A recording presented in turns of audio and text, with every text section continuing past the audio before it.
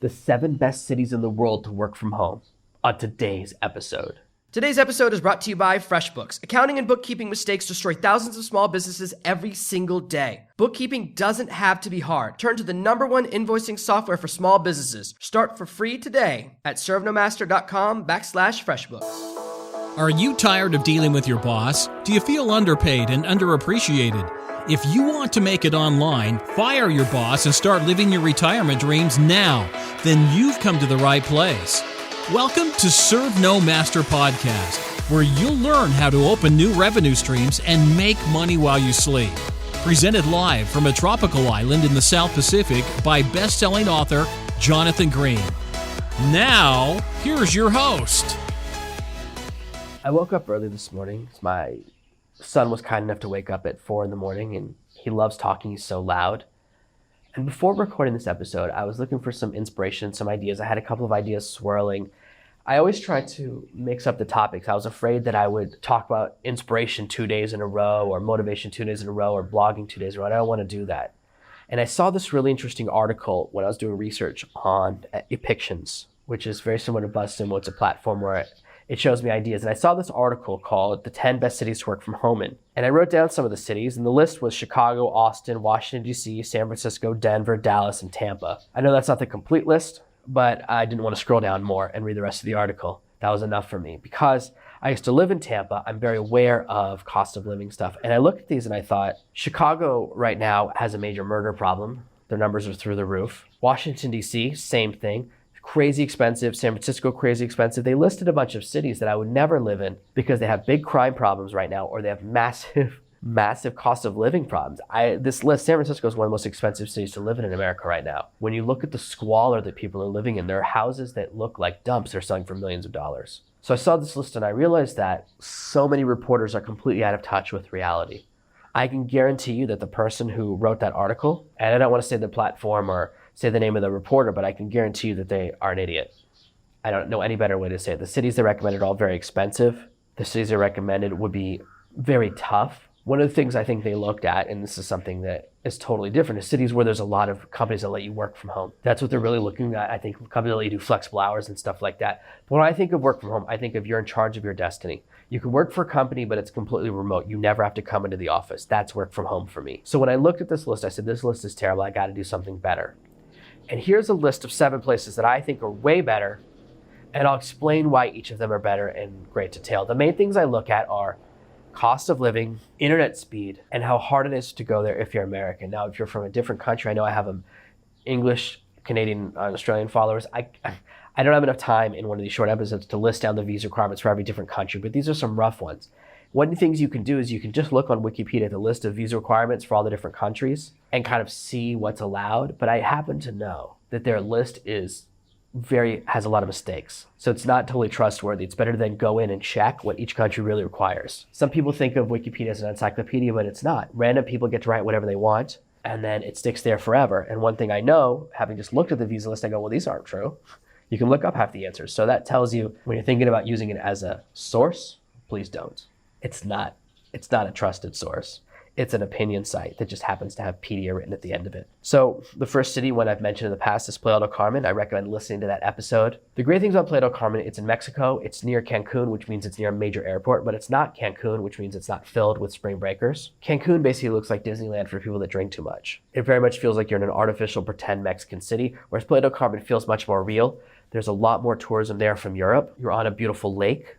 Maybe it's the ocean, but I thought it was a lake. I went out on a boat one day. It was wonderful. There weren't any waves, so that's why I assumed it was a lake. The advantages there is that the internet's very fast. It's very close to America. It's easy to jump back home. I've talked about Playa del Carmen extensively on that episode, so I don't need to spend too long on it today, but it's a great option. Now, Playa del Carmen costs about 90% less than living in Tampa. So right out the gate, you can make a lot less money and live just as good. You can cut your salary in half and have a better life just by moving south of the border. And also, Playa del Carmen's not one of those cities where you always hear about gang warfare and all the violence in Mexico. That's mostly on the border, and that's mostly in some of the other provinces. So you're distant from many of those problems. It's a low crime area. It's a low crime city. It's much safer than every single city in America on my previous list. It's far safer than San Francisco. Number 2 is a great place, a city called Cebu in the Philippines. The malls and see we're just as advanced as the malls in America. It's one of the cities in the Philippines that's very technologically advanced. The internet's crazy fast, and the cost of living is very, very cheap. You can get a nice apartment, very nice apartment for $1,000 a month, like a 4-bedroom house. When I say very nice, I mean 3 or 4-bedroom house for around $1,000 a month. I'm talking luxury 2-bedroom apartment at the top of a condo for around $1,000 a month. So you can live in a really nice situation. Compared to what you get for $1,000 a month in Tampa, it's night and day. The same type of apartment in Tampa would be like $5,000 a month. In Washington, D.C., it'd be $20,000 to $30,000 a month, to give you kind of a feel. And the great thing about cities like this is you can just look online and see what real estate costs are and what's available. The great thing about the Philippines, and this is one of the places I noticed Wikipedia was totally wrong, is that when you first come, you get a 30-day visa, but you can extend that visa every month or every 2 months for up to 3 years. So you can come here as a tourist. You can come to the Philippines as a tourist. You can come to Asia, a lot of amazing Asian countries. You can come to the Philippines and stay for 3 years as a tourist. That's amazing. Wikipedia will falsely tell you that you can only stay for 30 days and you can extend once, but that's because Wikipedia, as usual, is wrong. Another great place is the Bahamas. Bahamas, you can show up and stay for 8 months. Good internet island, low cost of living, paradise. Now, an interesting one, I wasn't sure if I would put this, but you can go to Canada for 180 days. You're going to show up. You can't just show up with your driver's license anymore. I think you have to have a second ID card, but you can just drive across the border, stay there for 6 months. And one of the advantages of Canada, there's a couple of really great reasons to move to Canada. The cost of living is not that great. I'll tell you right now. Canada's a little bit more expensive way more expensive than most of your other choices. But what's great about Canada is you can drive there, so it's very close. Number 2, universal health care. So if you get sick, you can just drive up to the hospital. Number 3, very low crime rate. And because you're just visiting as a tourist, you're kind of working for yourself. You don't really have to deal with the Canadian tax situation. So you don't have to pay for all the universal health care. You certainly can't go up to Canada and get a job working at a grocery store. Not allowed to do that, but you're allowed to go up there and work for yourself. And it's okay because you're making money in America, but you're spending money in Canada. You're pumping money into the economy anyways. So you can just jaunt over the border for 6 months at a time. Real easy, really cool. You can show up on Fiji, another paradise surfing island. Come hang out with me, surf for 4 months without having to do any paperwork stuff. Fiji's got pretty good internet. It's getting better and better infrastructure. If you don't like Fiji, perhaps you'll like Micronesia. You can show up in Micronesia and stay forever. You show up at the airport and go, I'm here forever. They go, that's fine. The problem with Micronesia is the internet is only 1 megabyte per second. It's a little bit slow. As long as you're not doing video. If you're just writing books and doing blogs and stuff, it's kind of okay.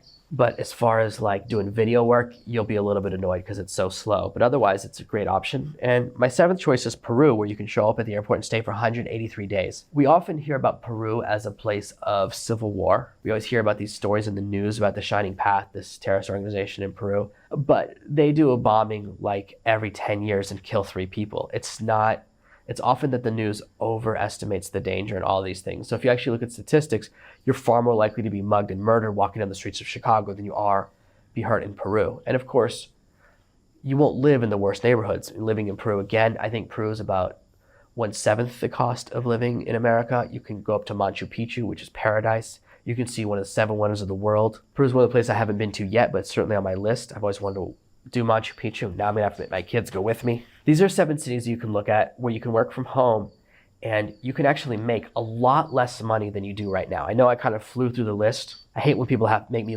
wait an hour to hear the whole list. So when you're looking for places to live abroad, there are a couple things you need to look at. The first is to really understand the visa requirements. As Americans, we think we should be allowed to go anywhere we want to in the world and just stay there. But unfortunately, different countries have different rules. It's very, very hard. If you show up at the airport in England and say, hey, I work for myself, I have my own business in mind, I want to stay here as long as I want, they'll never let you stay.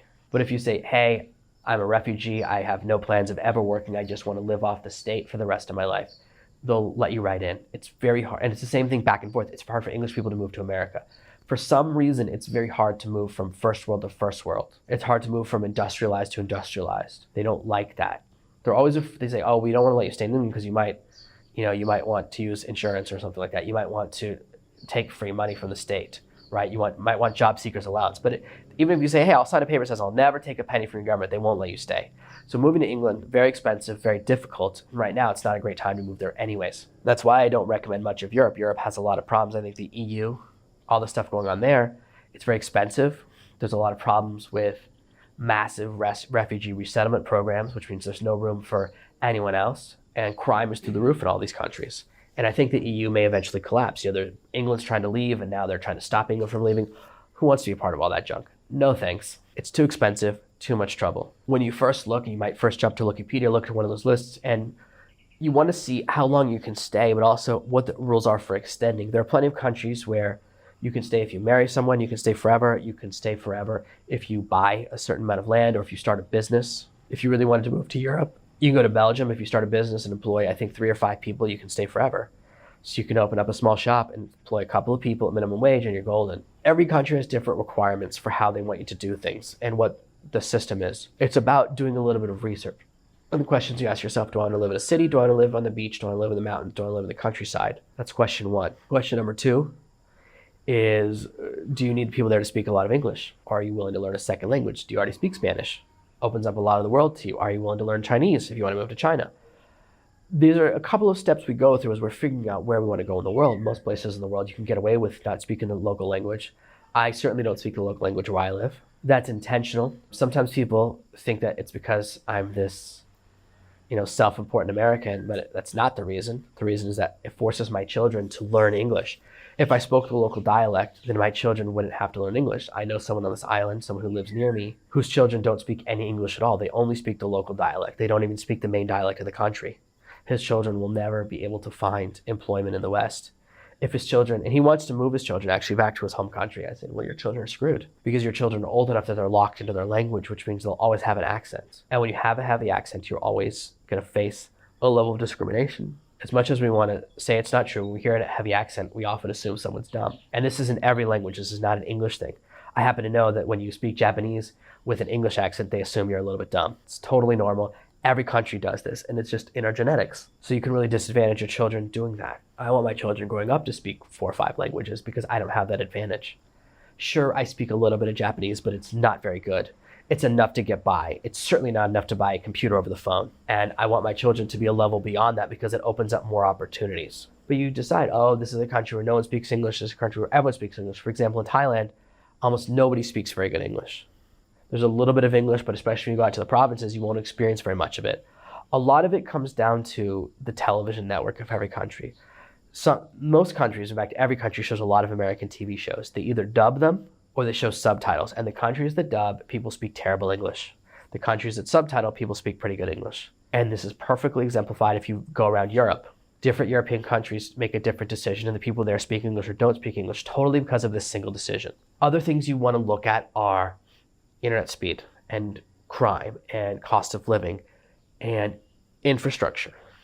If I want to leave the country, can I?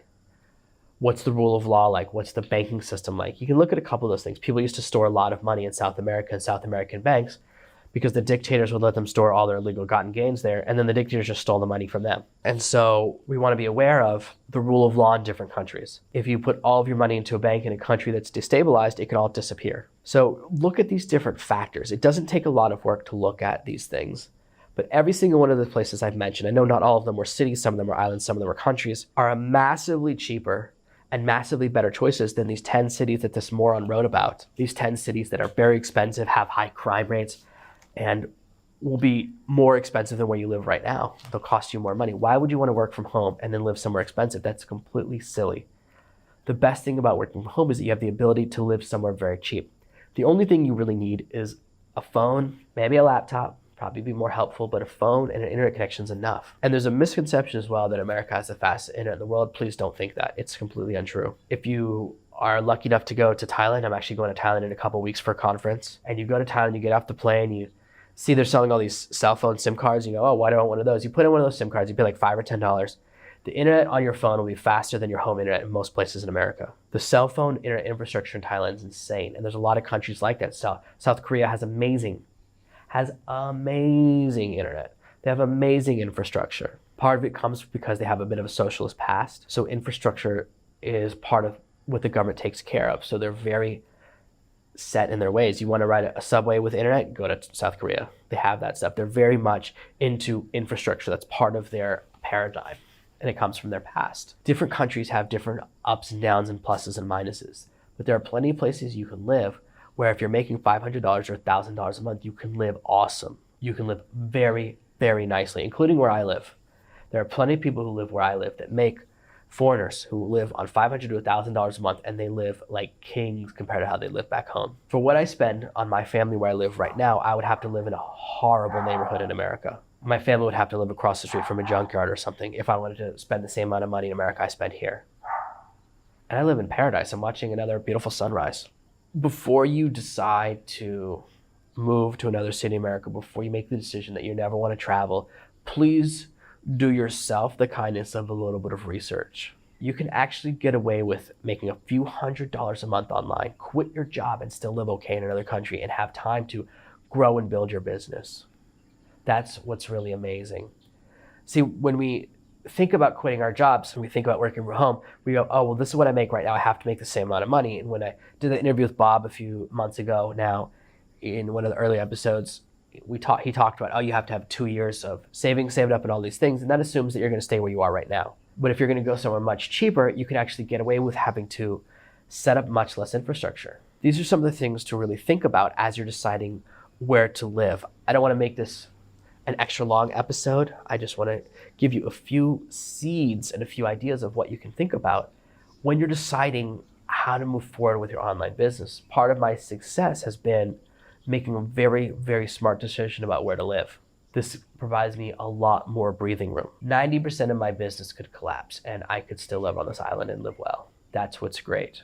You control your financial situation with two elements, what you make and what you spend. It's far easier to control what you spend. Making more money, that's hard. I know I'm teaching you how to do it and you have a lot of resources to do it and there's a lot of steps to it, but it's still hard. But when you add in cutting down your cost of living, that's very easy. So many costs that I used to have to deal with: monthly car payment, gas, car insurance. That all used to be around $500 a month for me. It's gone. And you could rent a really nice house on the beach here for that, for just what you're paying in car insurance. So think about what you want from your life. Think about how important is it to stay in America for you, or England, or wherever you live. And would you like to quit your job right now and live on a paradise island? The cost of living on most paradise islands is far less than the cost of living in bad neighborhoods where you are right now. And if you're in a situation right now where your kids are in a school you're not happy with and you're in a neighborhood you don't feel that great about, you should definitely think about going somewhere else where the cost of living goes down and suddenly you can afford to educate your kids yourself. Suddenly it's safe. There's no one getting murdered anywhere near me. People don't get murdered on my island. We don't have that problem. The only person on this island that's died is someone who decided to get into a gunfight with the police. So unless you make a decision that dumb, you're going to be totally fine. There's no other crime here. There's no person-on-person crime. There's no murders here. There's no robberies at gunpoints here. There's no drive-bys here. All the time, we think America is the safest country, but actually we have really high crime rates in a lot of categories. There are places around the world that are more dangerous, but there's a lot of places around the world that are safer. So as we make assumptions, instead we want to do research and really investigate things. And one of the things I've discovered recently, doing more and more research and pay attention to elections and all those things around the world, is that a lot of times police departments and even the FBI will hide real crime statistics as part of an agenda. They want to hide different numbers, they put out different numbers. So I recently discovered that actually the crime rate in America is way lower than I thought it was because they'd made a mistake.